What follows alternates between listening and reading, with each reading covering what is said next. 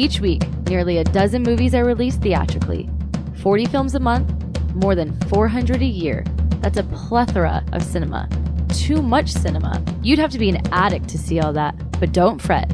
We've got you covered. This is CinemAddicts. Hey everyone, it's another week of CinemAddicts. This is episode number 204. I am Bruce Purkey. Is it 204? Yeah, it is 204. I get Eric Holmes. What do you think? 204? Are you correct? What do you think? 204? Is that all right with you, Eric Holmes? You're on.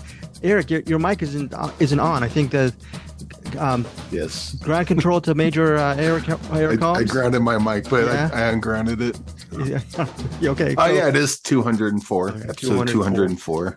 Yes, we have some really great films this week. Agreed by my better Bruce Purkey. Do you agree with that? We have some really interesting, great movies this week. Very interesting. Some great movies. Some great. Oh, when you say some great, do you mean the new Liam Neeson film Retribution? Do you think that's going to be great, amazing?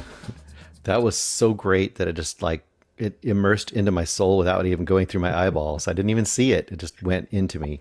That is a visual. That Bruce sounds Purkey. Wrong. It went into me. Stop, Liam Neeson. Get out of me. You didn't ask for permission.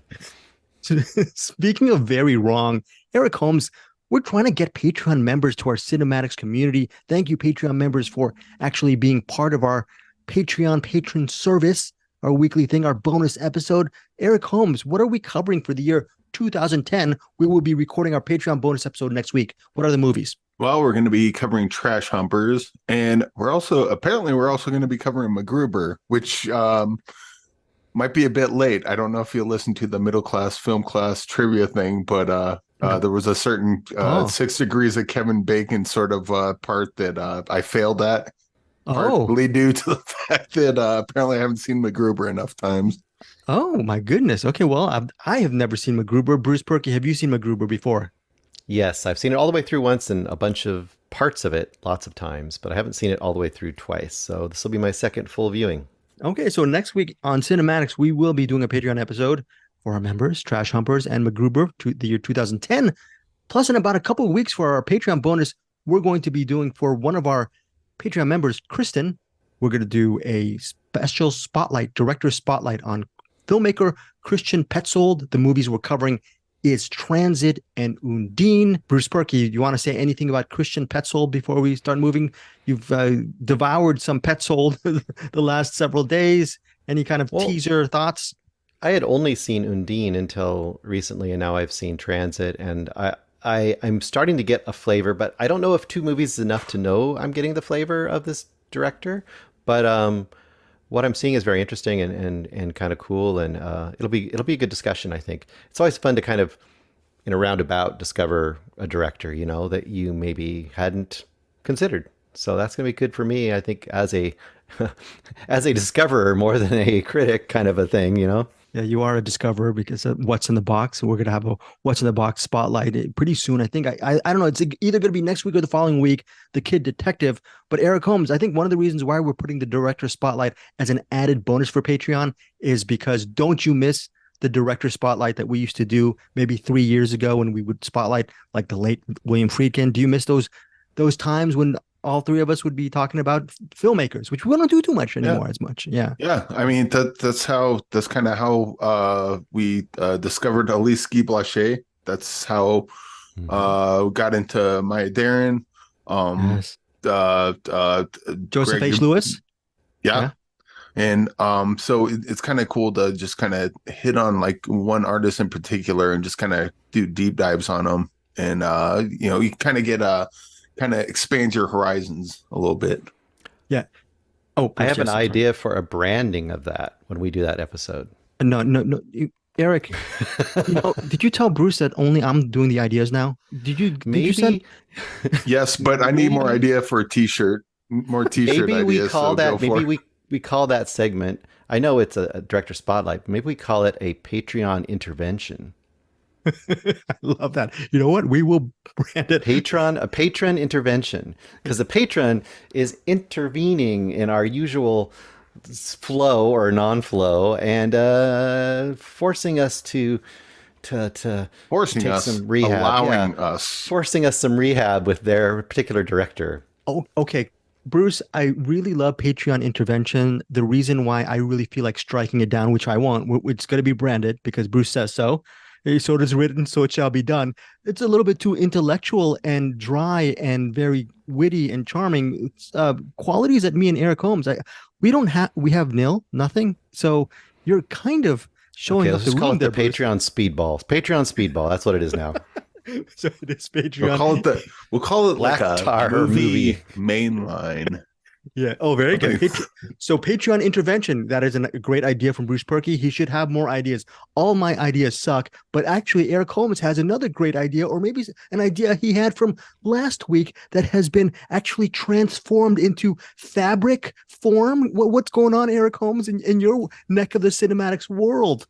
Well, as you all know, we are in the middle of banger season, and what better way to celebrate than with a tank top or regular t-shirt that you can get at findyourfilmpodcast.com. We got its banger season t-shirts that I'm sure everyone cannot wait to get their hands on. Also, I found that thing on there. They had a pet t-shirt. So I said, filmmaking rule number 1, the dog lives, because it seemed like a cute idea for a little dog walking around with that. I updated I didn't like the old design on that. So I updated that and it looks a lot better now. And I'm also kind of going through and kind of, condensing the products that we have on there. Okay. Not that they're flying off the shelf, but yeah, we got. You're gonna leave the shower curtains and the horse-drawn cars. Shower curtains are going nowhere, but actually they got a paddle ball kit, so I might do a CinemAddicts paddle ball kit. That's very good. And I'm sure we'll sell upwards of none of them, but it'll be up on the store for sure. Yeah. Oh my God. Yeah, What's the time for paddle balls? I'm kind of spring cleaning on the merch store just to kind of kind of minimize what we have on there, kind of Right. Condense everything down to Feng make shui room it. for the paddle ball. Oh, okay. No more between you and Bruce. These visuals are haunting my very soul. Paddle ball kits, unbelievable. Speaking of haunting our souls, just from our betters, all three of our betters, you can actually check out the people who listen to Cinematics, who contribute, who give us movie recommendations via our Cinematics YouTube channel. Check out our Cinematics YouTube channel. I'll have the links below on our show notes. Also, our wonderful Cinematics Facebook group. Bruce Purkey, my assertion is our members are possibly, actually, they are smarter than us. Is that a bridge too far, or am I accurate on that? A Joseph Bridges too far? No, it is not. Joseph Bridges being one of our members. We have a lot of great members on our Facebook group. Join for daily movie recommendations and insights. Insights that me, I don't know about me and Eric. The insights. I'm sorry for lumping you in with me, Eric, because I'm a miscreant. And thank you. But you're gonna get some great insights from Bruce Purkey, Matt Stillman, Joseph Bridges, Chad Wilfong, some really wonderful people on our Cinematics Facebook group, which leads me to a little bit of recommendations for this week. First off, Eric Holmes, the aforementioned Joseph Bridges, said he recommended a movie called Christmas in the Gift of Light. That is an animated film. Did you see that Joseph Bridges post on Cinematics today, or did you not get to it? I saw the post, so I didn't get through all of the animated short, but I got through some of it. I'm actually really interested in watching the rest of this because I think that this might be. Do you ever get like movies or cartoons or stuff you see like as a kid, and it's kind of like right in the back of your brain, but you don't know what it is. You just kind of have flashes of what it is, but it's almost a nothing movie because you don't remember enough of it to be able to describe it to see what it actually is. But it left an imprint on you.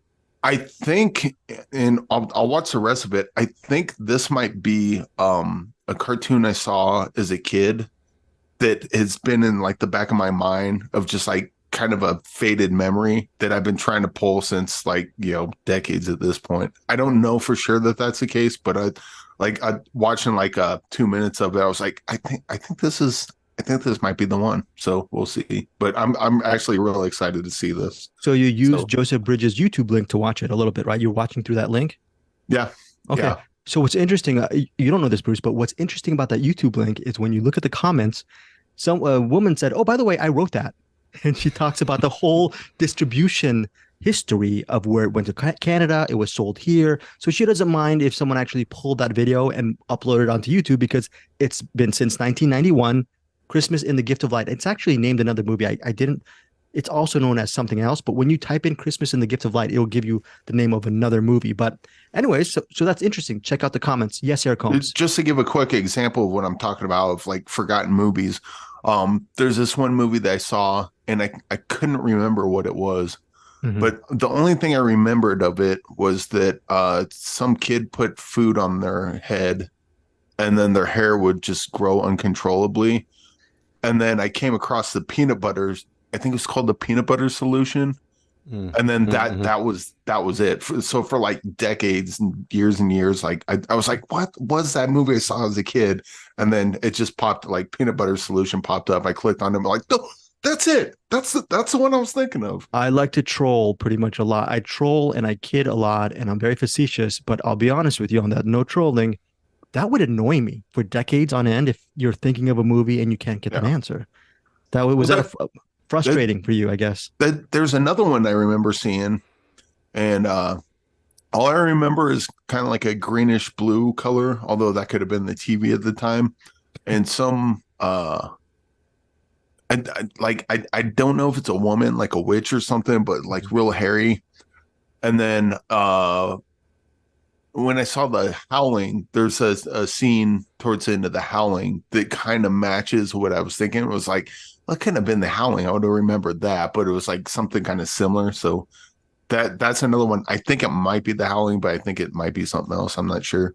Okay, very cool. But very cool. Yeah, this Christmas in the Gift of Light is kind of one of those that the little bit I saw triggered something like, I think I seen this and I think I'm going to come across a scene going, ooh, that's the one. That's the one I was thinking of. On our CinemAddicts YouTube comments, there's someone from As Bad Fish. Oh, he said, I'm with you, Eric. I dug this a lot. He's talking about The Last Voyage of the Demeter. I posted your review up, so got some nice views on the channel.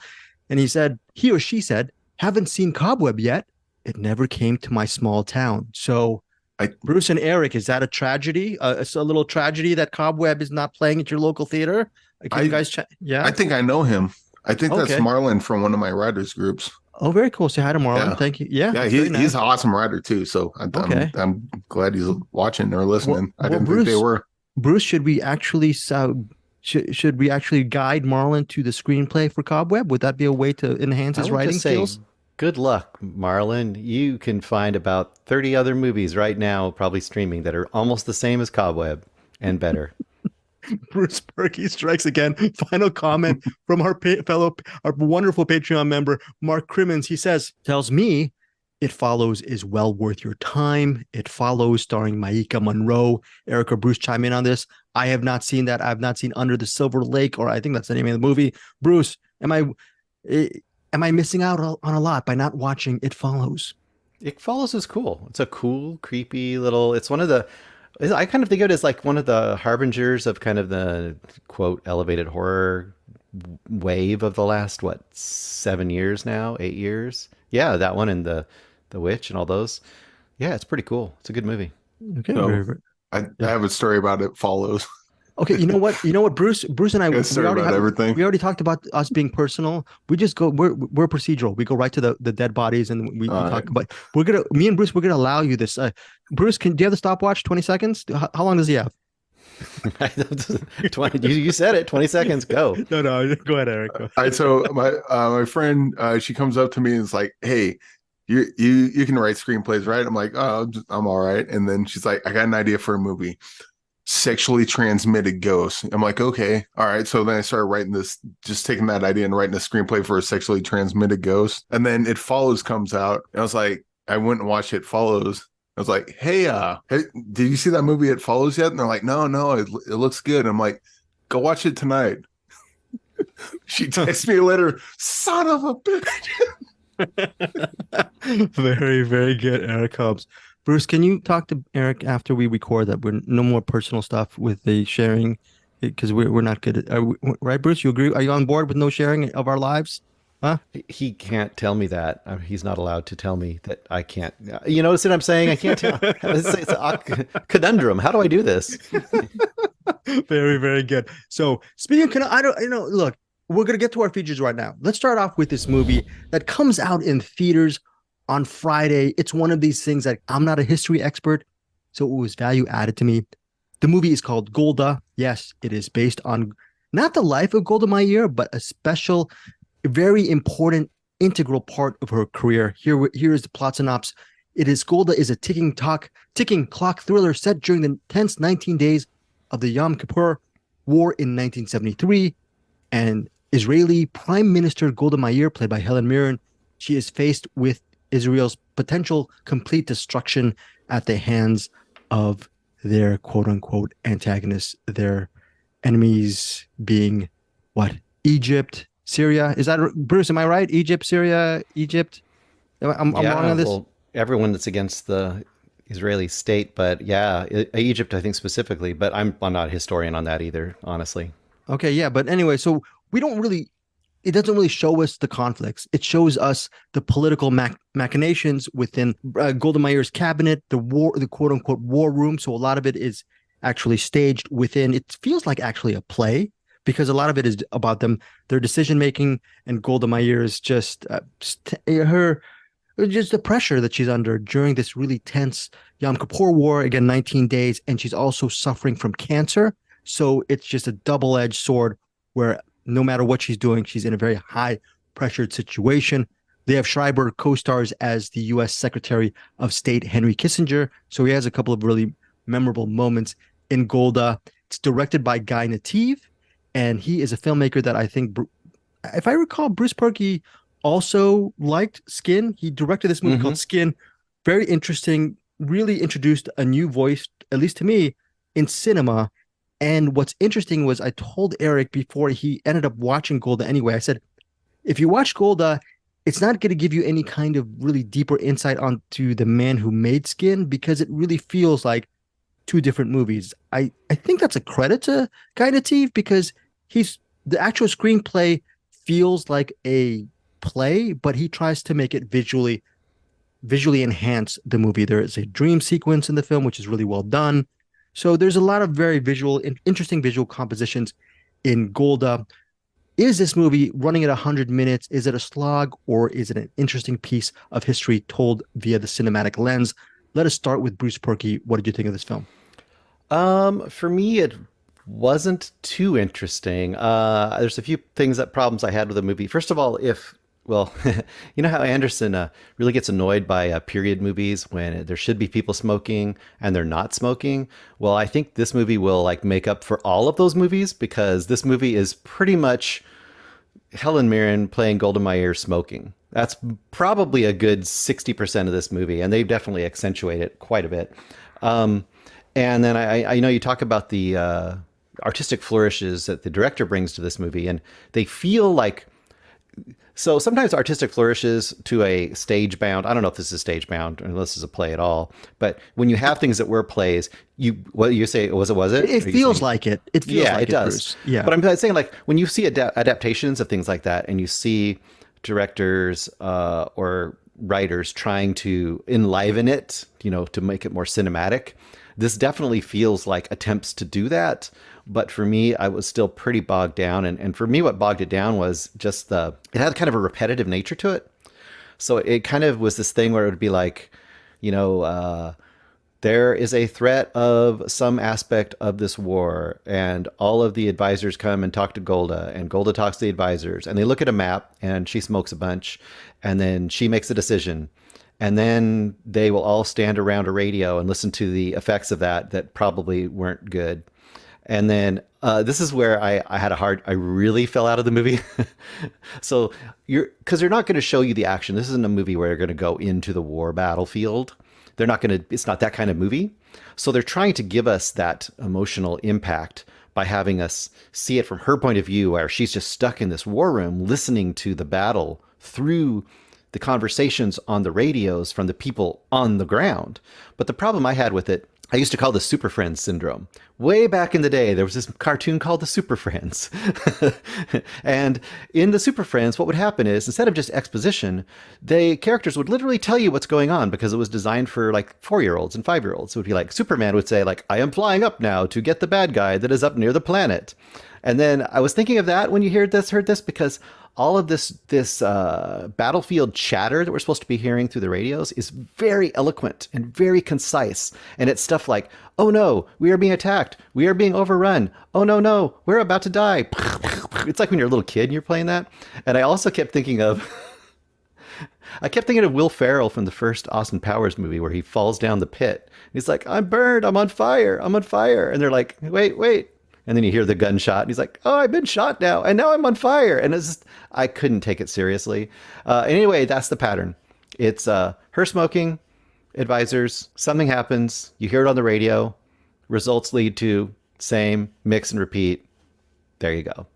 Okay. I think I liked it a little bit more than you, Bruce. I don't know. Yeah, we'll see if you actually... Wait, before we get to Eric, were there any redeeming factors to Golda?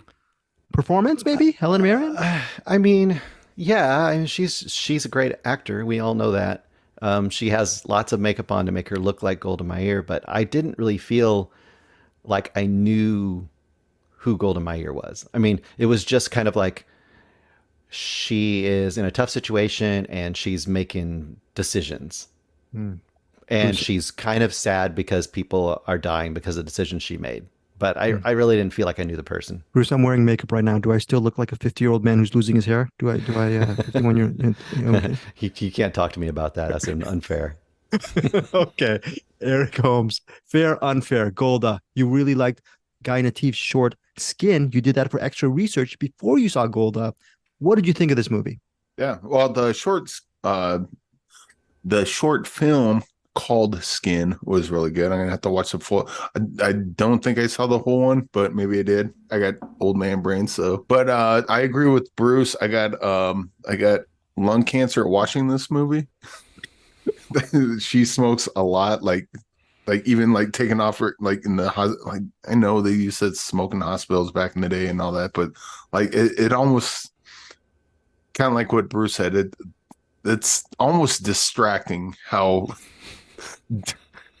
committed she is to smoking whenever possible. Holding a baby, no, I gotta smoke and blow it in the, that scene that wasn't in there, but it may as well have been. May as well have been. Wow, Eric. Oh, wait, you're pregnant? Let me blow this smoke up in there and make sure we get it everywhere. It's a family show. It's about a family. I think the makeup on Helen Mirren was really good. It feels like the performance feels like an Oscar baity kind of thing. Like, hey, look at me, I look like the person. But like, also kind of what Bruce was saying, I'm not getting much from her character because she's making these decisions and then people are dying. And then she's being sad about it. And then she makes another decision to make more people die so she can be sad about that too. And then after that happens, and hey, Golda, you got to make another decision. Well, people have died, and let me be sad about it again. It's like, yeah, let's get I feel like what if the movie? Okay, devil's advocate. What if the movie is more about the Yom Kippur War and that actual ordeal? We're in. By doing that, the characterizations of the leads can still not be very deeply etched. It's called Golda. I guess I'm asking Eric, not you, Bruce. Stop it! You're hurting me. I guess where I'm kind of having to disconnect is because I'm not familiar with Golda. I'm not familiar with this kind of history. I know who Henry Kissinger is. That's about it. But she keeps doing the same thing and then feeling bad about it. Like Greg, I can punch you in the face and then I feel bad about it because Greg, I shouldn't have punched you in the face. And then I'm going to feel bad about it, but then eventually you'll forgive me. Eric, you didn't mean to. It's fine. It's fine. And then I punch you in the face again. And then I feel bad about it. And then you're like, God, okay, but can you please stop doing it? And then I punch you in the face again. And then eventually it's like, dude, just I'm not buying this anymore. Like Okay, so there may be a reason she keeps doing this and putting people in danger and basically going to war and murdering people, but I didn't get, and I'm sure with her person in real life going to the war, maybe that's something they had to do, but I wasn't locked into that. Like that didn't come through in the movie for me. It just seemed like someone kept making the same mistake over and over again and feeling bad about it. And after a while, I'm like, then don't do the thing. If you feel bad about it, stop doing the thing you're doing. we also have to mention the movie's a bit of a flashback because she's actually, I forgot the name of the commission. The movie starts with her actually answering questions on the commission regarding her efficacy as a leader in the Yom Kippur War, the 19-day Yom Kippur War. That is Golda. I really enjoyed the performance of Helen Mirren, and I think to Eric's point, I do agree it's Oscar baity, but I still think she was effective in the film. My rating for it is it's solid right down the middle, 3.5 out of 5. I was invested in the Yom Kippur War. I liked her performance, so it's a solid film for me. But look, I think I'm in the minority this week on Golda. Bruce, what is your rating on Golda? I'll give it 2. 2 stars from Bruce Purkey. And you, Eric Holmes? I'll probably go 3 because I didn't hate watching it, but the main problem is I think they should have.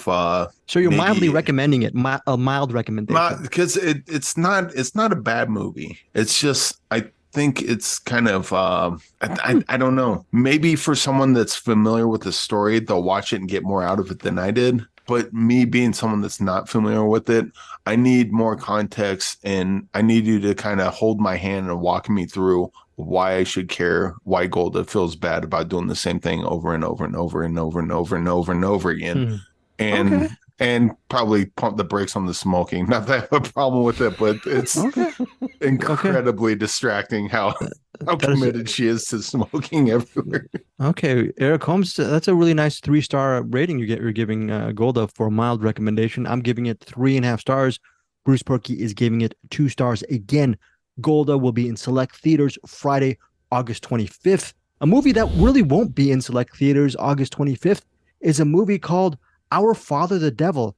It's only going to be playing in one theater this Friday at New York City's The Quad Cinema. The following week is September 1st. It's going to be playing in Los Angeles at the Laemmle Royal.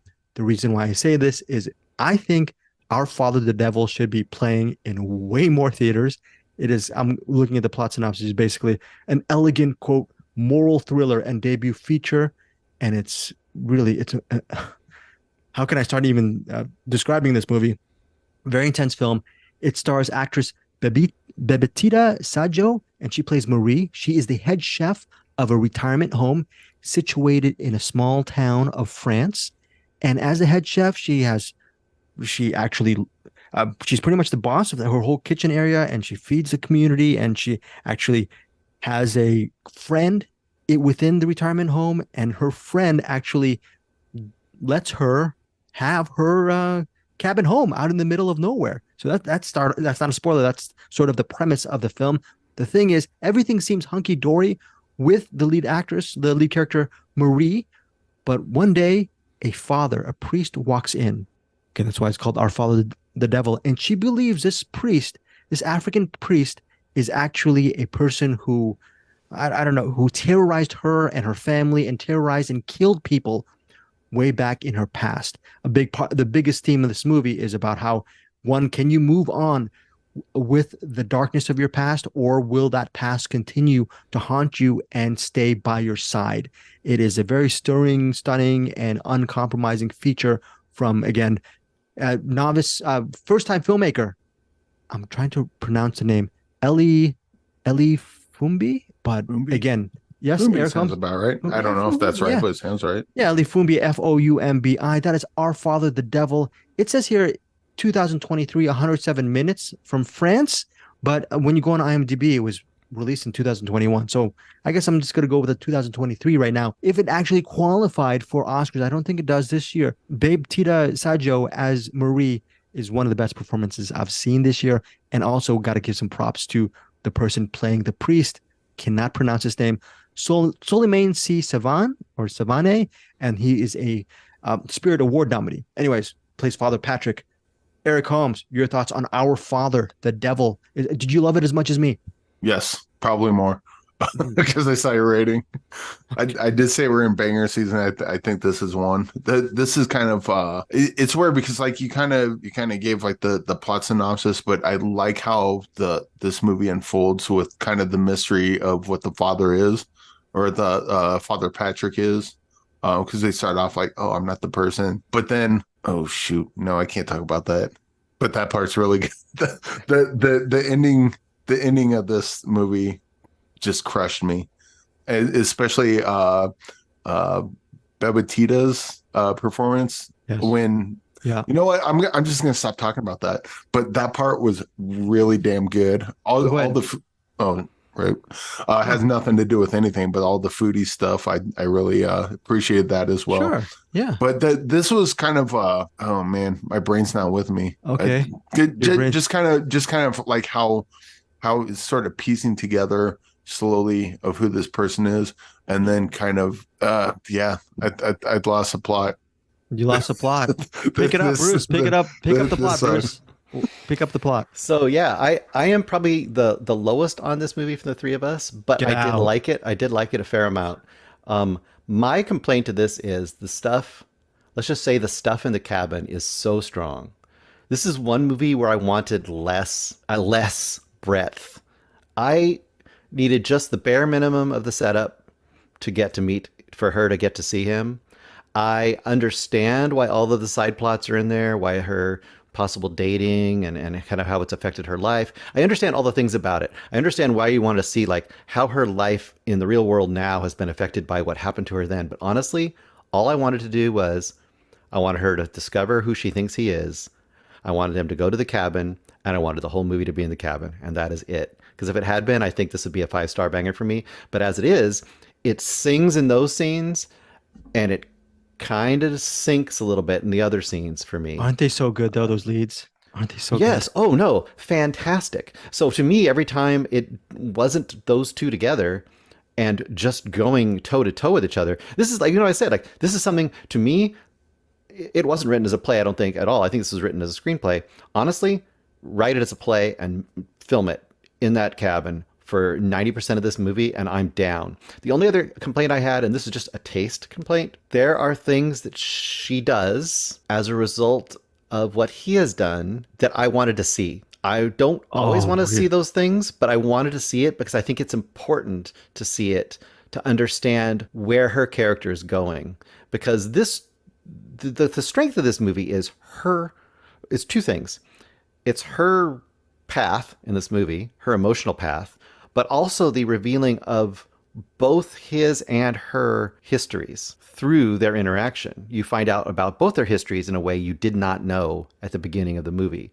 So that's why I'm saying all that other stuff is kind of window dressing to me, and I didn't need it. You could have made this honestly, I could have been a 90-minute movie in that cabin, and I would have been fine with that. I'll throw out a couple movies that kind of hit similar territory in different ways that are great kind of companion pieces. One is Death and the Maiden. That's what I was going to say. I was going to say, can I guess? And I was going to say that. Yeah. The other one is His House, which came out a couple years ago, and is on Netflix now. And His House plays like it's going to be a ghost story, but it's kind of somewhat in the territory of this too. And it has, I think, a bigger emotional impact than this movie does, because of the gut punch it has.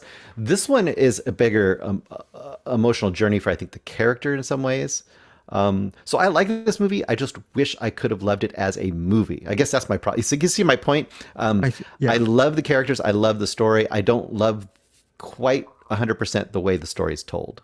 Bruce, very quickly, His House has been out for about a couple of years, maybe 2-3 years. Yes. Do you still think that's a gem that continues to be underrated, even though it's streaming on Netflix as we speak? Yes, and it's probably because it's streaming on Netflix. People see it. First of all, they don't know what it is. They read the synopsis. They think, oh, this is some cheap Netflix ghost story, I guess. And they really just don't get it, because like any great ghost story, especially modern ghost story, it's not the ghost part that matters. It's why these characters are being haunted and what's haunting them and what that means. And it is much more akin to this movie than like a haunted house movie. It's more like this movie. And I think if people see it with that light, it's quite something. Is his house again? His house is that almost a 5-star film for you, or 4.5? Yeah, I forgot I rated it 4.5 or 4.5. I think is what I rated it. I'd have to go back and check. It's been like maybe 3 years now. So Well, ratings change, right? Memories Yeah. change, right? I'm sorry, Eric. Go ahead. Oh, so you might have to cut some of this out. So just know that. Right, yeah. But a lot of Bruce, a lot of the problems you had with the stuff that wasn't in the cabin. I think that ending. Okay. I'm going to say this. I'm going to say it's a cut it taste. out, cut it It's a out. taste thing, though. For me, it's just a taste thing. I can But- totally understand but- why you're not showing the things that are happening, but I kind of felt like I wanted had to see the things. So I'm talking about her and her relationship, like with her Right. relationship with her sister, with the people she caretakes for. Or her friend. Mhm, Is that her mhm. sister? Or that's her I friend. think with That's her friend. Father Patrick we have a shorthand. I don't have the shorthand, but I know a lot of people do. Oh, you're a man of God, therefore we automatically think that you're a pious and good person. Oh no, you're. I'm already saying too much. Say too much, Right. but we have to know about Mary before that final scene when we find. If that's too much, cut it out. I think I've said No, too much. no, you haven't said too much. But Look, I- how about I this? agree. Maybe in my world it would be about like the opening would be the same, basically the same opening, but then once she discovers him and she does what she does, then I would never have gone back. I would have just stayed with them. It would have become a focused crucible. I guess I get that. I just think that where Mary ends up, I think that, and I'm the one saying this, so that doesn't make sense, but we need to see her in her day-to-day life, how she affects that's other fair. people. We fair. need to come to love her. I agree. Oh, okay, I got it. I agree. For I that got it. ending to really Okay. hit the way it does. All At right. least the way it fair. did for me. That you didn't say too much. That's fair. Straight Okay. poker face, straight. I get both sides. And actually, now that you said it, Bruce, I think your version, the 90-minute as opposed to the 107-minute version, is tighter. But I think both versions work for me. It's kind of like Sorcerer and The Witches of Fear. Love them both. Yeah. I mean, you can compare them, but I guess for me they both work. Eric, before we get to our ratings, what did you love the most about Our Father the Devil as far as qualities of this film? I love how, of course, my thoughts on the church are pretty well known if you listen to our show. But I love how they play with that whole idea. Mhm. That they're like, oh, you're a man of God, therefore it's like that doesn't mean nothing. You're a human, and you're either gonna be a good person or you're gonna do horrible things. And I love how they play with that, and just kind of I'm gonna stop talking about that part because I really want to talk spoilers on the stuff I love most about this is in relationship to where it ends, because I think and this kind of reminds me of Greg, we talked about the shield on the messenger thing. Yeah. One of the things I love about the shield is that everything that happens in the final episode is a direct result of everything that started in the first episode. And I think this movie totally comes, it just brings everything together in a really, really great way that I can't talk about because then I have to spoil things. I think I already spoiled too much as it is. Our Father the Devil, it's playing on Friday, August 25th at New York City's Quad Cinema. Bruce Purkey, your rating. So my rating is still pretty high. I just in relationship to you guys, it's a little lower. I'm still 4 stars because I think the strong in this is so strong. I just wanted it to be a 5-star movie, and I just didn't quite get there for me. But I think what it does offer, what it offers is so fantastic, and the performances are so fantastic that I think people would be remiss to not see this movie. And I think a lot of people will be hit harder than me because it'll play perfectly for them, and like you guys are a great example. So yes, watch it. Yes, unfortunately, I hope people heed what you just said. Watch it, because we need as many people as possible, cinephiles as possible, to watch Our Father the Devil. Of course, Eric Holmes, why don't you say what rating did Greg Sruzavasti give it? I speak to myself in my third person. This was evil. Greg gave it 4.5 stars. How dare you? How dare you? Yes. No, that's good because good Greg would have gave this like 28 stars. So Evil grade, giving it a 4.5 is like a 28-star movie, I think. Very good. Yes, 4.5 for me. Eric Holmes, finally, your rating on our Thought I'm Devil. 5-star on this, and I'm like, whether it's screenplay, direction, acting, like this is a movie like where Golda had kind of Oscar baity vibes to it. This is the kind of movie that should probably actually be nominated for kind of Oscar type stuff. Yes. I don't think it will, but God, I hope it does, because this movie's there's so much strong in this movie, and especially the performances, and Ellie Fumbi, The director, yeah. We got to see more from her. Yeah, great. I think Ellie Fumbi might be on Maddie Doe level. Yeah, yeah, I totally agree. So definitely, I guess maybe our top pick of the week is Our Follows the Devil. I'm so glad that all of us loved it. Now I'm gonna let Bruce and Eric take a little bit of a siesta. You guys can take a bathroom break, maybe drink some water, or in your case, Eric, lemonade or iced tea, whatever you're drinking. Apple juice. Apple juice, because we are now at apple juice. We are not. This is not the Patreon intervention. This is our. Once in a while, our Liam Neeson segment. The Liam Neeson segment is a movie. This Liam Neeson segment is brought to you by the new film Retribution. And Bruce Purkey, first of all, before I start, I want to get your 2 cents. You are not a Liam Neeson I'll watch anything he's in fan. Is that correct? Absolutely. Absolutely not. I feel like you just see former really big name actors like heads on posters, and you just have to watch. Is it like a Pavlov dog thing for you? And a few guns thrown in there and just explosions in the background? Yeah, that's how I feel. But so you said you would probably not see this, or you would not see. For me, it would have to be like a monster or something else like horror-y that's equally as cheesy, but I would go for it, like Catnip. This is not my Catnip. Okay, fair. What about you, Eric Holmes? I think you're turning off your mic. Are you turning off? But anyways, Eric, are you a Liam Neeson person? Catnip, where you see a Liam Neeson movie and you say yes, whether he's on a boat or a car, commuter train, he's searching for terrorists, whatever, you'll watch it. Not for Liam Neeson specifically, but like if Liam Neeson is in a movie that has a certain kind of concept or setup or whatever, they'd be like, that could be a good Liam Neeson movie. I'd be down for that. And this one sounded like it'd be one that the concept seemed good enough, and it seemed like a good one for Liam Neeson to be in. So I was actually kind of excited for this one.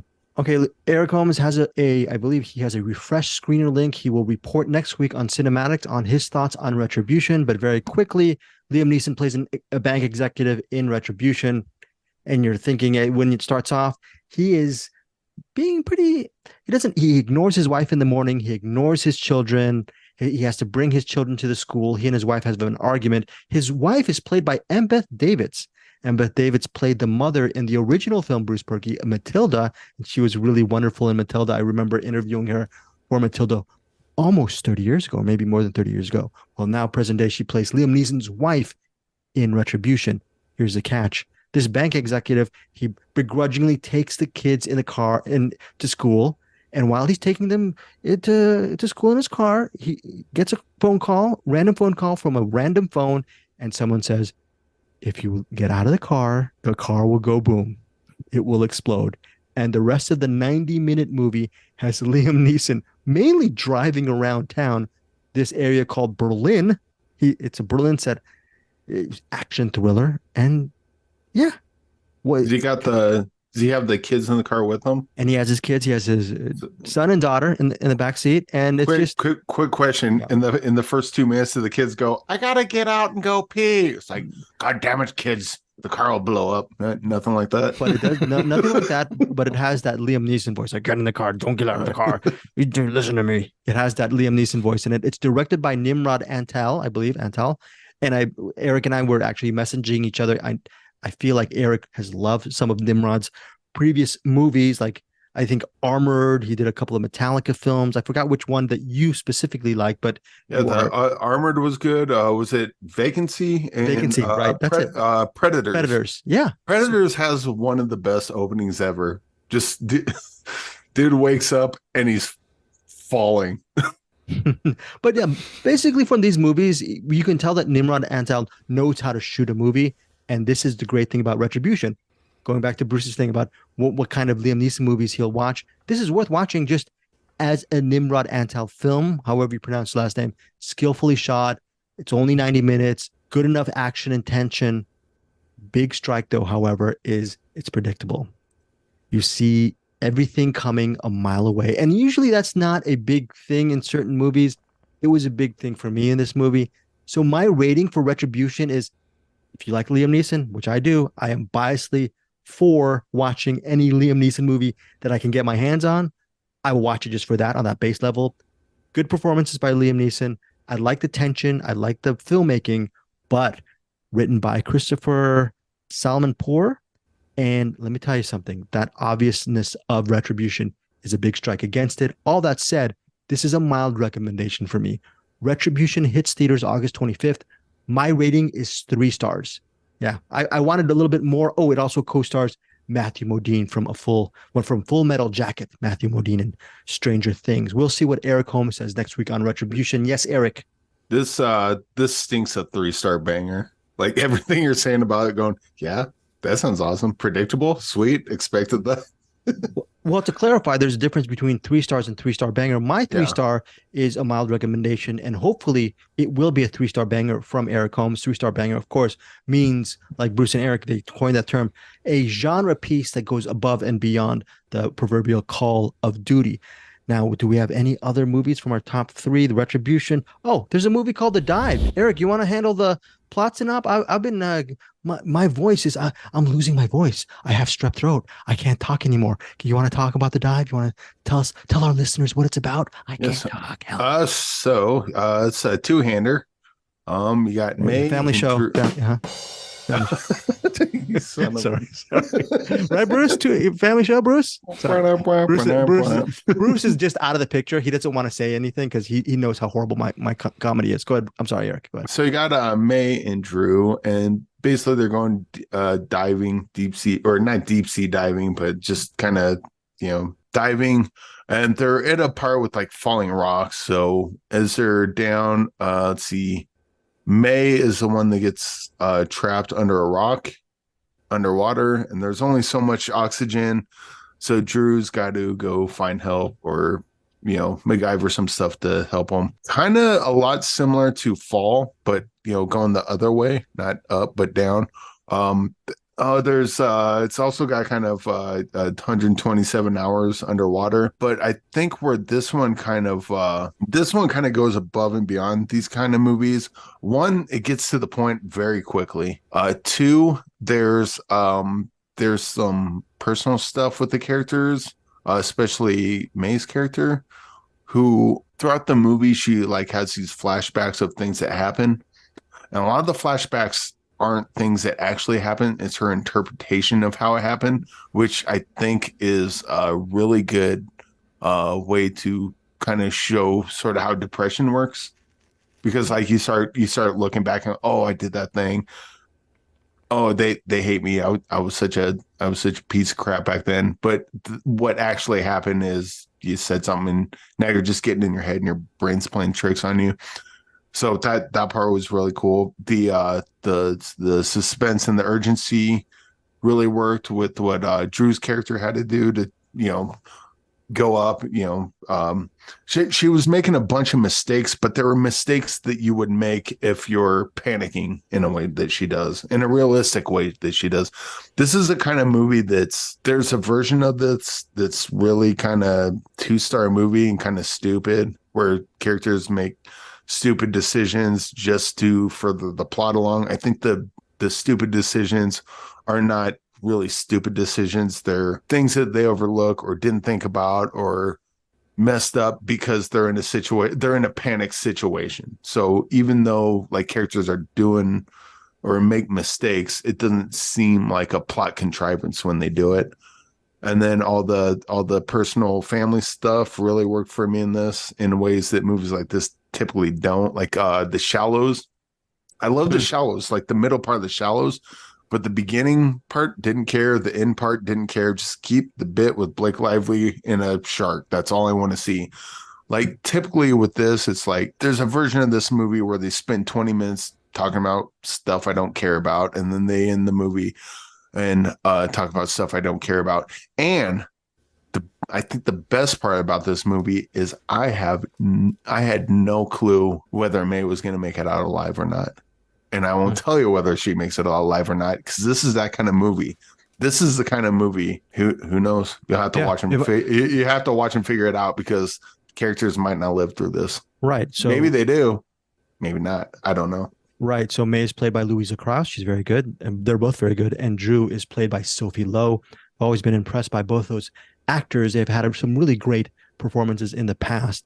So that's why I actually wanted to see The Dive, because of Louisa Krause and Sophie Lowe, not because I knew anything about Maximilian Erlenwein, the director, or The Dive. I mean, Bruce and I, several weeks ago, we did this movie called The Deepest Breath on Netflix. I loved it. And even though it was underwater, I was thinking, let's just Eric man this review, and let's let him take this review. This looks like a B movie thing, and I'll focus on other things. I ended up really liking it. And that's why I actually kind of called an audible, and I told Bruce, you know what, this might have some value for you, Bruce.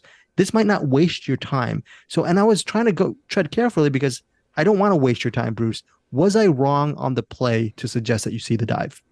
No, you were not wrong. This is a good movie. A couple things I wanted to mention. I think Eric's right on point on like getting to how it gets to the meat of the suspense right out of the gate. One of the things I wanted to mention about this is it really understands suspense, and that's something very rare to see a true suspense movie where the stakes are set up very clearly, and then the tension is based on the stakes. What I think this has going over The Fall. Is it The Fall? Remember the name of that? Okay. That's right. The Fall is, okay, right. Or Fall. Is it Fall or The Fall? Fall, yeah. Two women stuck up really high. They can't get off. What are they going to do? If they stay up there long enough, they're going to die. That's it.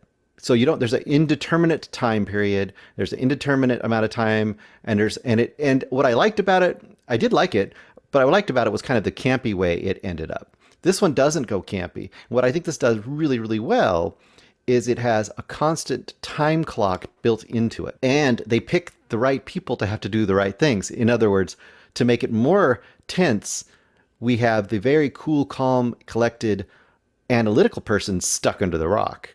We have her really emotional, like, let's go have fun sister, who also is going to tend to be more scatterbrained when put under the pressure cooker, which is what happens. So right out the gate, she's stuck under the rock. Stuck woman says to not stuck woman, okay, you have 20 minutes. I have 20 minutes left of air. Do A first, then do B, do C. Do not do anything else. Come back, and then we'll go to the next step. Person that is scatterbrained gets out of the water, forgets A, goes to do B, can't get B to work, stays on B for like 18 minutes. Okay, I can't get B to work. I'm going to do D for a little bit. Oh, wait, I got to go back to A. Oh, I'm falling in the water, and I dropped A. So that therein lies, and that could be maddening for people. And kind of, I think Eric was right about this too, right? It could be maddening, but also it's understandable. And they give her just enough when she does something, or when you're yelling at the screen, like, why are you doing that? She said not to do that. But then she'll do something else. She's like, oh, she didn't say to do that, but that's a good idea. So there's just enough of those things that kind of pulls you back. And she has enough ideas of her own that kind of work, that kind of keep pulling you back and forth, that you are rooting all the way in this movie. And you're constantly, like I said, every 20 minutes there's a new clock, and it's running down, and there's stakes for both characters. We won't talk about it, but there's life and death stakes for both characters, not just the one stuck under the rock. And the way they play all that together is really, really, really well done. And this is a fine thriller. Bruce, like Eric was alluding to, this movie didn't have to be this good, right? Am I wrong on this? It could have been. And it's a good chunk is the acting and the directing, but it really comes down to the script, because the things they have them do in this movie is what propels it, and it never stops. And it never, there's pauses, like you said, there's little pauses where you kind of get these momentary, like, glimpses into the past, or where they're starting to basically go lose consciousness. So they kind of go into a somewhat of a altered, I don't know, you'll call it a dream state or a fugue state or something, but those are so minor compared to the actual driving force of this movie, which is go, go, go, go, go. So yeah. Yeah, very good. Should also point out the amount of MacGyverisms they have in this is pretty genius. Like the way they use the fix-a-flat was aces. Aces. Yeah, I speaking aces, I think this movie really is aces. Look, just FYI, before we get to final ratings on The Dive, I did interview Maximilian Erlenwine, pronunciation, my bad on this, on our sister podcast, Find Your Film. You're going to see that in about a couple of days. Regarding that, Bruce Purkey asked some really good questions in the interview that I actually employed for that interview. And I do apologize publicly on this podcast to Bruce Purkey because he wanted to ask about the ending of the film. And that ending will be for our Patreon members. But the warning for our Patreon members regarding the ending for The Dive is, Bruce, I apologize. I did not ask all the alternate endings. There were alternate endings in The Dive. That would have been interesting to know. Yeah. God, you can guess. I mean, we can guess what the alternate endings but were, but come on, dude. I really screwed the. And here I am. I'm telling Eric Holmes, every interview you do, make sure you talk about spoilers. And I screw up on this spoiler stuff. You haven't listened to this. My apologies to Bruce and Eric. But at least for our Patreon members, you get to hear Max's take on the end of The Dive. This is a really resonant film too. We have to mention that. It's a very family film in a weird way. Eric, you wanted to say something before we get to ratings? Yeah, that's it. Just to and not to give away the ending, but to kind of say how this movie the way this movie goes. There's a version in which May dies. There's a version where Drew tries to save May and Drew dies instead. There's a version where they both live. There's a version where they both die. And the way this movie kind of goes, you have no idea until you get there. You'll have no idea how this ends. Very, very good, Eric Holmes. Yeah, very good insights on that. And finally, again, before we go to ratings, Bruce, is there a difference between tons of digital effects and CGI as opposed to practical effects, which The Dive was mainly practical effects, except what the director says a couple of scenes. But did you notice that? Yeah, for sure. And you could tell it's not green screened underwater. It's not digital underwater. It's really underwater, which it makes a big difference too. And just there's a lot of things in here where they could have thought they were saving money by doing those things, which I don't really think does save money. It just is a different way to do it. And I feel like doing the practical way they did virtually this whole movie, it just makes it more believable. You feel grounded. You believe when you see the things that might be outrageous, because there's some things in there you might be like, oh, I don't know how believable that is. But by then you go with it because everything else is so believable and grounded. I think that is a kind of a key to a movie like this. Whereas that Fall movie, it had to kind of lean into the cheesiness, and which I liked in its own way, but had to kind of lean into the camp because there was a level of unreality to it. And I think that kind of goes with the territory with that movie. Now, so The Dive, it's in theaters on Friday, but the good news for most of you who like to stay home like me, it is also everywhere you rent movies on Friday, August 25th. Watch this, whether you're in the theaters or if you're at home. Do not watch it like Greg Srizavasi does on his friggin' iPod or Chromebook. Watch it on as big a screen as you can, because like Bruce and Eric were saying, this has some underwater practical effects, and it is a lot of it is set underwater. So if you like the ocean, like our buddy Anderson Gowan, hopefully you're gonna love The Dive. My rating is 4 stars. As Bruce and Eric are reviewing this movie, I feel like maybe I might have rated it too low, but still, 4 stars is a very good rating for The Dive. I do recommend it. Bruce Purkey, your rating? I think I'm going to go 4.5 on this movie. I think that if I watched it, and I watched it alone and I enjoyed it, I think this is a great movie for people to watch together. I think if you're with a group of friends watching this movie, it's tense and it's fun. And it also is one of those movies where people might be yelling at. Everyone's going to say like what they would do when they're watching it. So even if they're upset with what the people are doing in it, they're going to have a fun time watching it. And it's not that long. I think this is kind of a home run. Yeah. I'm so glad you saw it, Bruce. I was like, Bruce, do not see this. What? Maybe see this movie. Eric Holmes, your rating on The Dive? I'm kind of leaning towards 4.5, but at the same time, I'm like, how do they make this movie better? Yeah, I kind of was in the same boat. I was kind of in the same boat. And you know what?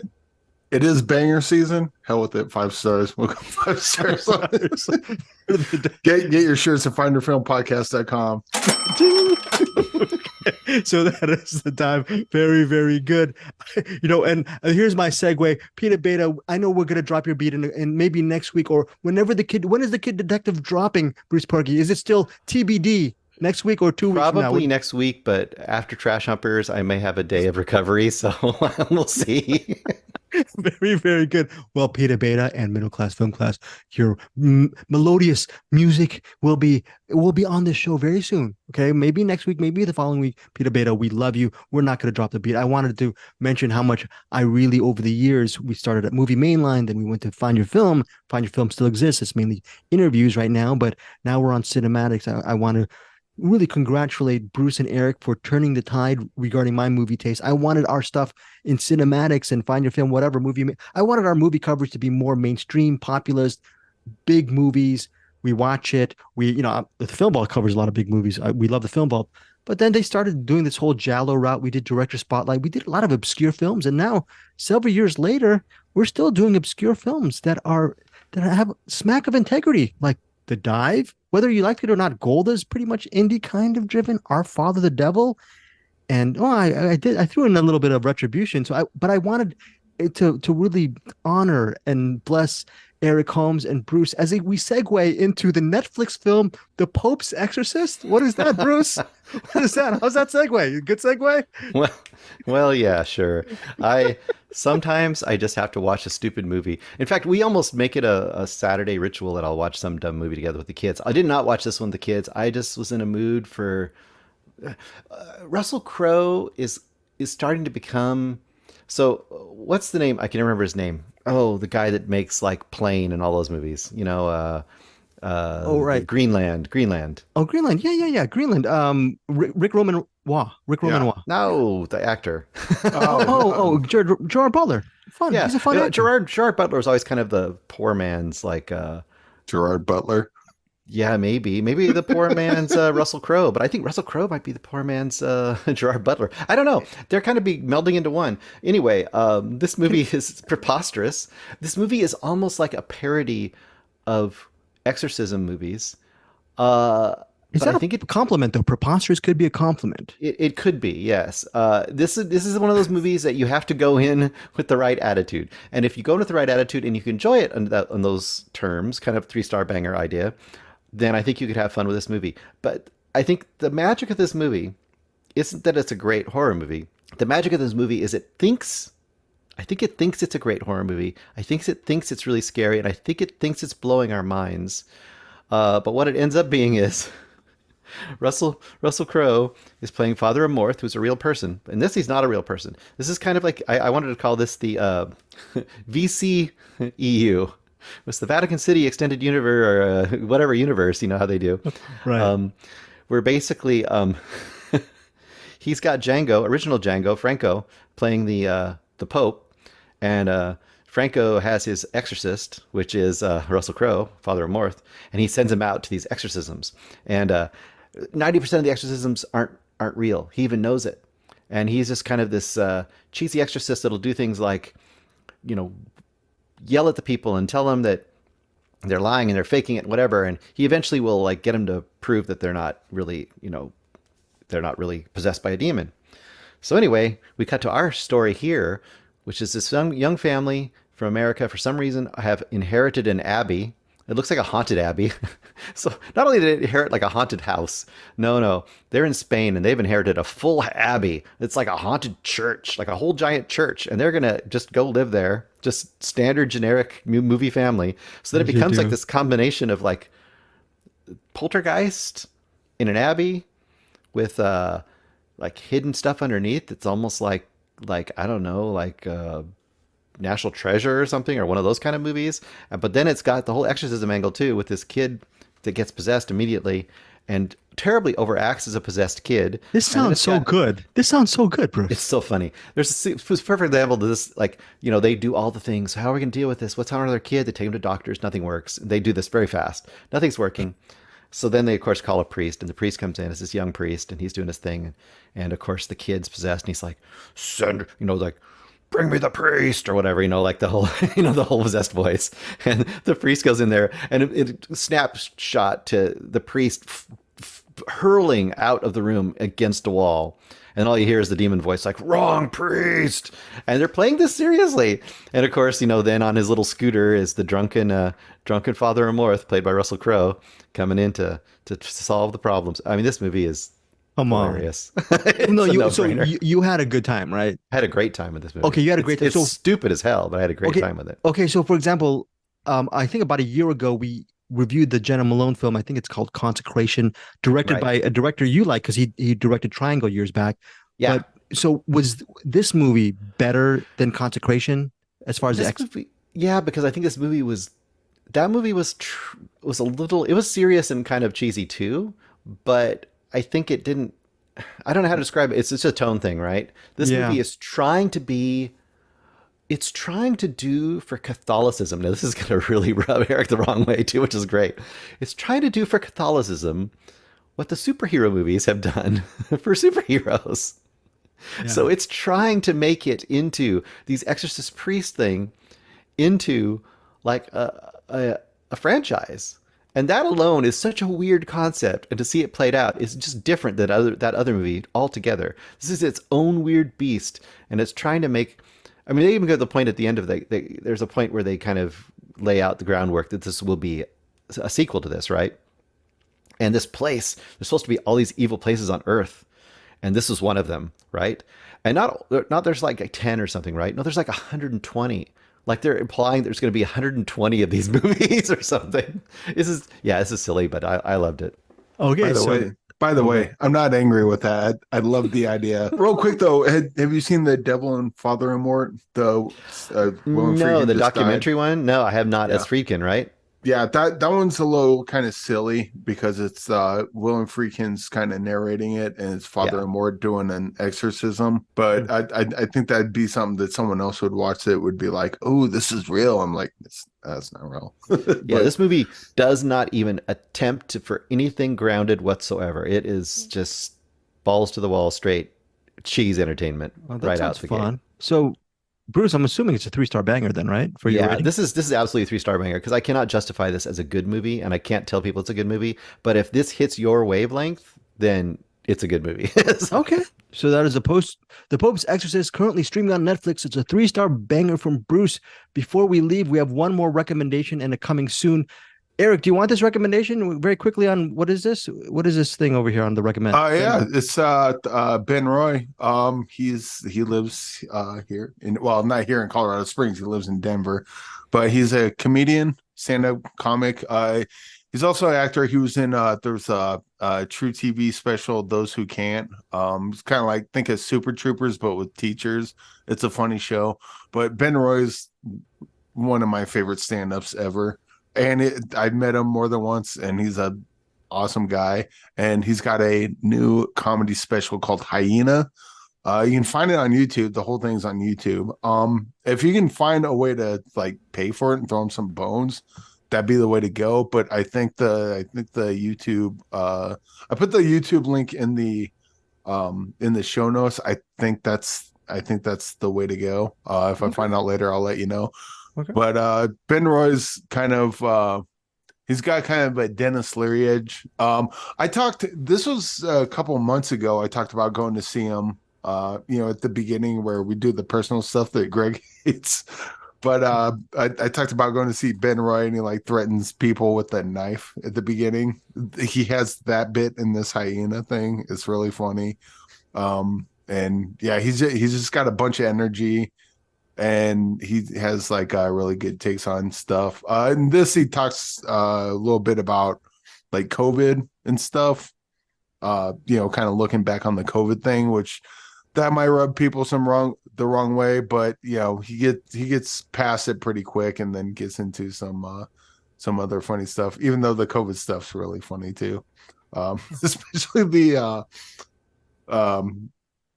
I'm not going to burn his material, but he has a thing of because he has a real punk rock kind of he's in a punk band called Spells, which is really good, but he's got that punk rock kind of ethos to him. So when he's talking about the COVID, it's like, oh yeah, you grow up and you're like, F the government, F the man. We're not going to listen to you. And it's like, and then you're going to take the shot. You're going to take the thing. It's like, yeah, the F you government didn't mean don't take medicine. I'm really funny today. I really sold it. I don't. That's. I have SoundCloud. I'll put a sound effect gong. I'm gonna gong you on that. Ben Roy is better. Ben Roy, Hyena. Yeah, Ben Roy. It's hour and 15 minutes, and he's got a bunch of stand-ups. They're all great. And if you get a chance to see Ben Roy live, go see him and go talk to him afterwards because he's an awesome guy to talk to and hang out with. And yeah, just I can't say enough good things about him. I love Ben, and I love his stand up, and he's one of my favorite comics. Okay, so that's Hyena of all time. Yeah, Hyena, Ben Roy. We will leave the YouTube link, and like Eric said, if you can throw him some bones, if you really like his comedic material. Finally, we're going to talk about coming soon stuff next week. I'm going to submarine you, Eric, right now, very quickly next week, and then you can actually pick up the stuff that you actually did some plot synopsis on, which was very good. Right. Very good job on this. Next week, next Friday, Equalizer 3. We all know what it is. Denzel Washington, he moves that character. He moves to another place. I think it's in Italy, and you see it from the trailer. Things don't go well, and then he lays down the law. So Equalizer 3 next week. Also for next week on CinemAddicts, we will be covering 3 movies, Nandor Fodor and the Talking Mongoose. What a great title. That is starring Simon Pegg. So it's a movie that hopefully all 3 of us will watch. There's a movie that maybe not all 3 of us will watch. Maybe one of us will take a little siesta from The Good Mother. We'll see if all 3 of us, I don't know, maybe Bruce does, I don't know. Hilary Swank in a campy thriller called The Good Mother. Eric, I think I'm going to see it. We'll see. I like Hilary Swank. Okay, yeah. So who knows? And I like Good Mothers, so. Okay. Oh, very good. See, that was better comedic timing. I like that. There you go. Yes, very, very good. Ben Roy would approve of that timing. I'm much better when I'm doing my own material, not aping someone else. Yes. And then finally, Mr. Jimmy. It's about an Asian. I believe he's Japanese. I could be wrong, but Asian, definitely, who his mission is to be Jimmy Page. He literally wants to be Jimmy Page. I don't know if you guys knew that, but you see from the trailer, he can really more than strum the guitar. So he's actually aping Jimmy Page with his own guitar skills. So that is the documentary, Mr. Jimmy, The Good Mother, Nandor Fodor, and the Talking Mongoose, and then also Denzel's latest film, The Equalizer 3. That should be the only movies for next week, Eric Holmes, or are you do you have something else? I'm actually going to be covering King of Killers. I believe I'm going to be covering that. We'll see, but I'm pretty sure that I am. That one's got Frank Grillo in it, based on a graphic novel. Let's see, what do we got? King of Killers follows former agency hitman Marcus Garan as he attempts to unravel the mystery behind the tragic incident. And I can't read. When offered a $10 million contract to eliminate the world's greatest assassin, Marcus travels to Tokyo to meet a client, Frank Grillo, but discovers other professional killers have been. You know what? None of this matters. You know what matters? Frank Grillo and Stephen Dorff are in it. Therefore, I'm excited to watch really? it. Wait, Stephen Dorff's in it? Yes. Yes. Forward me. Make sure that I get a screener link to that. Will do. Bruce, don't worry. You don't have to watch. Bruce, you're fine. There's another movie called All Fun and Games. Are you covering that, Eric Holmes, or are you just not? I just kind of tagged that in Don't Look Away. Don't Look Away on September 1st on VOD. Digital, it doesn't move, it doesn't think, it just kills. For one young woman, a chance encounter with the supernatural entity proves devastating. Frankie learns that once you see the mannequin, there may be no end in sight, except for your own. And then all fun and games. No. Sorry, Eric. Don't Look Away was actually, I see the notes. Only Bruce Purkey will watch Don't Look Away next week, which is going to be on the okay. I'll be busy watching Slaughterhouse instead. No. I should have. Bruce with the dry wit. Let's take some time to Slaughterhouse. I believe is coming out August 31st. A week later or something. Yeah. Oh, yeah. No, it's like it's not on Friday. It's like that Thursday or Wednesday. Slaughterhouse. Okay. Slaughterhouse. I'm guessing Slaughterhouse, but with a sloth. Yeah, this is dumb. And then finally, All Fun and Games. Why don't you take that away, Eric Holmes? Oh yeah, this one's in limited release. Oh, by the way, King of Killers is going to be VOD digital on September 1st, but All Fun and Games can be in limited theatrical release. A terrifying tale about a group of Salem teens who discover a cursed knife that unleashes a demon that forces them to play gruesome, deadly versions of childhood games where there can be no winners, only survivors. All Fun and Games, limited release, September 1st. So that's what we got coming up. And to beat a dead horse, we are really expanding our CinemAddicts universe via our website, findyourfilms.com. We have to really mention this. We're going to cover, I want to make sure we cover as many movies as we can to that website. For some reason, the website, I didn't tell us to Eric and Bruce, getting some pretty good traction. So a lot of these movies that we don't cover for our CinemAddicts episode, some of these movies like Don't Look Away, Slaughterhouse, All Fun and Games, Eric and I had a discussion that they will all be reviewed by Bruce Purkey, who will be doing that stuff for Find Your Films. Thank you so much, Bruce, for covering all of those movies that won't be on CinemAddicts for posterity. You feel you're it'll be amazing. Don't worry. Okay, yeah, I got this. So look forward to a lot of these movies reviewed by Bruce Purkey, maybe in some kind of metaverse, multiverse, maybe some kind of Pope's Exorcist universe. It'll be somewhere out there in the ether. Final thoughts from Eric Holmes. Yeah, I know Greg likes to cover it. He really wants to cover the big, sexy blockbuster movies. And I saw Teenage Mutant Ninja Turtles Mutant Mayhem. I also saw The Flash. Really? Oh, and I saw Barbie. You saw Barbie too? Yeah. Okay. Barbie's cool. really good. Oh, you didn't know? You tell us. That's all I got. Okay, yeah, that's all you got. You really did see Barbie, didn't you? Okay, very good. That's all you got for that movie. You know what? We it's all about clicks and baits, right, Bruce? We're gonna get some more Barbie thoughts next week. Clicks and baits? Did you say? The fact that I said Teenage Mutant Ninja Turtles, Mutant Mayhem, The Flash, and Barbie, you can put that in the headline. All right. And technically, I did talk about it. Very good, Eric Holmes. Thank you. Hashtag clicks. Before we clicks, let's get to some truth with final words from Bruce Purkey. I haven't seen Barbie and I haven't seen Oppenheimer. Sorry, guys. It'll happen eventually. I'm here with my 7-year-old niece, Claire. Say hi to Bruce and Eric. Hey, Claire. Hi, Bruce and Eric. Hello, Claire. Can you tell them what's your favorite movie of all time? What do you think? What movie do you love so far? Say it on the microphone. What do you say? Oh, you don't have a movie? She's watching Harry Potter right now. You want to see one more thing before you go? We're leaving right now. We're almost finished with the podcast. What else you want to say? Hey, Claire. Just tell us some movies that you like. What movies do you like? Doesn't have to be your favorite. It's just something you like. So give them a movie you like. What movie do you love? Anything, any movie that you love. Hold on. Creepy.